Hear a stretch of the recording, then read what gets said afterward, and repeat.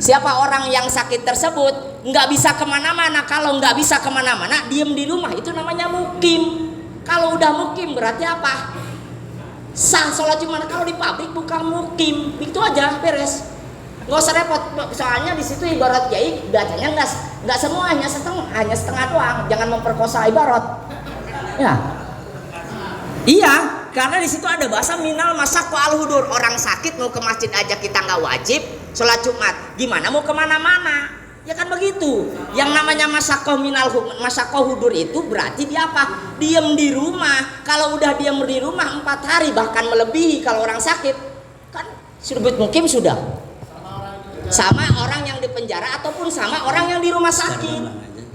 Begitu. Itu Kiai punten. Oke. Ibarat Satu lagi. Bentar dulu. Satu lagi biar dulu. kalau kita pulang puas gitu. Satu lagi. Ini mau ngapain? Ya, baca ibarat tadi. Oh, mau belajar baca, silakan. Menangkis daripada Bahyai tadi ya. Ya. Di situ ada bahaya ditangkis. asadisu mantal jamuhu watasihu minhu wafin iqadiha bihi hilafun. Ada orang yang di situ wajib Jumatan, ya sah Jumatannya, tapi iqadnya di situ hilaf. Siapa itu? Wahwal mukim goirul mustautin. Sini jelas. Walaupun di situ mungkin ibaratnya Abah Yai itu orang sakit, ya orang sakitnya udah pasti mukim itu. Gak mungkin kalau nggak mukim, minimal mukim di situ. Itu pun di situ masih ada fihi wajhani katanya. Di situ ada 2 wajah. Al-madkuroni fil kitab as-sohuma latan akidu bihi gitu. Sudah, bacanya sudah. Baik, terima kasih semuanya. Jadi rumusan sementara awal tidak ada yang berubah. Hanya saja nih, beliau itu mengarahkan, memberikan wawasan kepada kita bahwa kategori uzur Jumat itu banyak. Itu maksudnya. Bukan berarti baca referensinya nggak selesai, memperkosa segala macam, parno. Gitu. Itu memberikan wawasan sama kita maksudnya. Beliau itu ketika ada 40 orang sakit kumpul di satu tempat, kemudian tidak ada ilat, tidak ada alasan yang menggugurkan mereka melaksanakan Jumatan, itu bagaimana? Itu begitu maksudnya. Bukan pemerkosaan referensi nggak bisa diperkosa. Nah, udah. Yang kedua, referensinya itu ketika ada 40 napi yang terisolasi, otomatis tidak bisa kemana-mana. Lah itu kan juga sama aja. Kalau Jumatan napi, kalau diizinkan Jumatan ke Paneglang, atau kabur semua.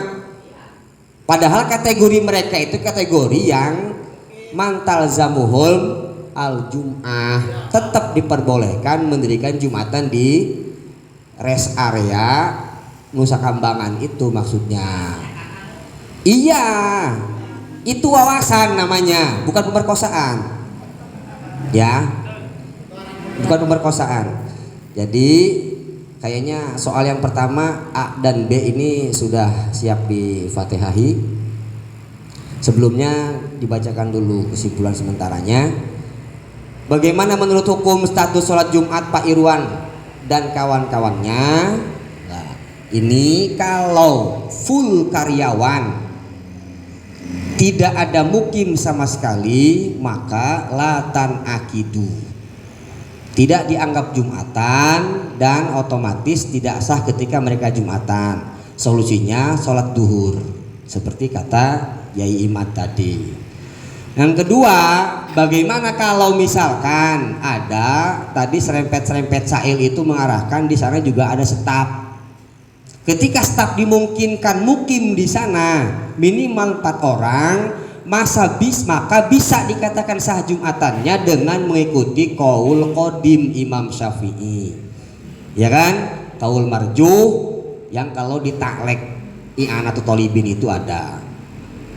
Yang kedua, kalau Jumatannya tidak sah, bagaimana solusi untuk para karyawan? mengecualikan jawaban yang sah ketika ada 4 orang minimal mukim, ketika total full karyawan yang latan akid walatasihu itu, maka solu zuhron. Gitu. Untuk pertanyaan yang pertama, kami kembalikan kepada Musahih.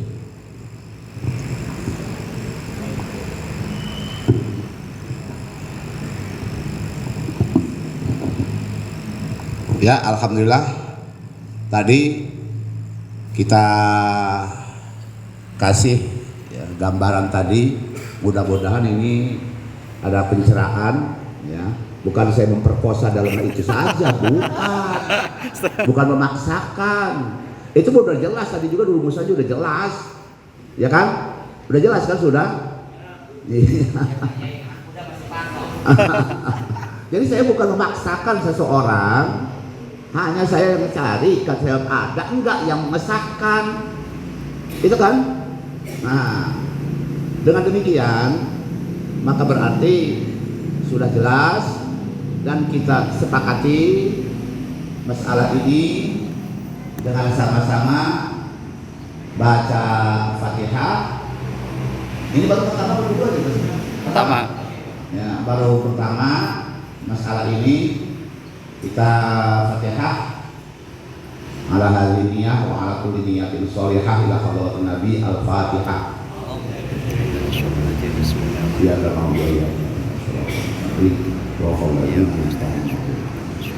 Kita nyatakan yang pertama sudah kita palu ya Fatihah tadi. Sekian, terima kasih.